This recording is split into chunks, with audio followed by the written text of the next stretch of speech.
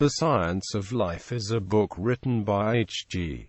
Wells, Julian Huxley and G.P. Wells, published in 3 volumes by the Waverley Publishing Company Limited in 1929-30, giving a popular account of all major aspects of biology as known in the 1920s. It has been called the first modern textbook of biology, and the best popular introduction to the biological sciences. Wells' most recent biographer notes that The Science of Life is not quite as dated as one might suppose. In undertaking The Science of Life, H.G. Wells, who had published The Outline of History a decade earlier, selling over 2 million copies, desired the same sort of treatment for biology. He thought of his readership as the intelligent lower middle classes, idiots, half-wits, greenhorns, religious fanatics, smart women and men who know all that there is to be known. Julian Huxley, the grandson of T. H. Huxley, under whom Wells had studied biology, and his son, G.I.P., a zoologist, divided the initial writing between them. H.G. Wells revised, dealt with publishers, and acted as a strict taskmaster, often obliging his collaborators to sit down and work together and keeping them on a tight schedule. The text as published is presented as the common work of a triplex author. H.G. Wells took 40% of the royalties, the remainder was split between Huxley and Wells' son. In his will, H.G. Wells left his rights in the book to G.P.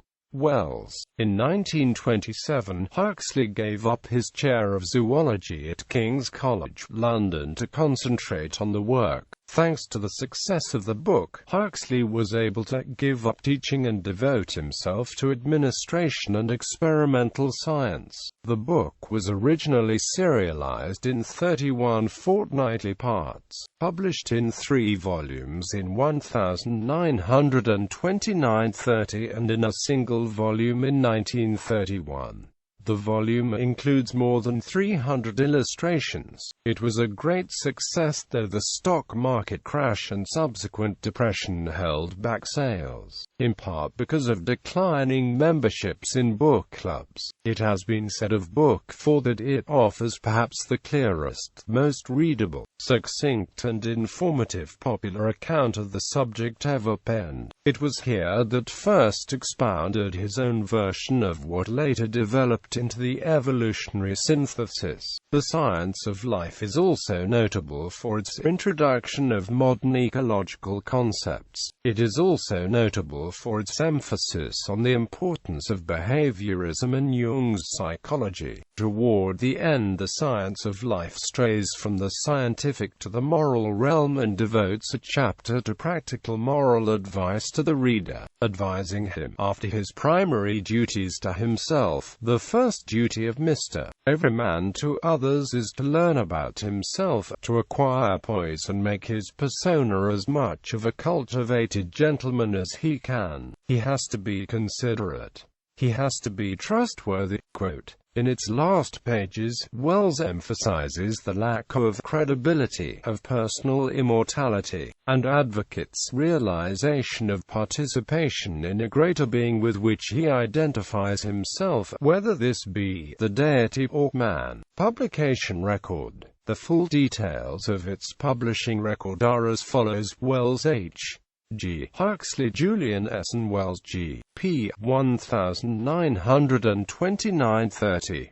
The Science of Life, a summary of contemporary knowledge about life and its possibilities. First issued in 31 fortnightly parts, published by Amalgamated Press 1929-30, bound up in 3 volumes as publication proceeded. A mail-order version of the book was also published, though this was dropped after the stock market crash. First issued in 1 volume by Cassell in 1931, reprinted 1934-1937, popular edition, fully revised with a new preface by H.G. Wells, 1938. published as separate volumes by Castle 1934-37, I. The Living Body.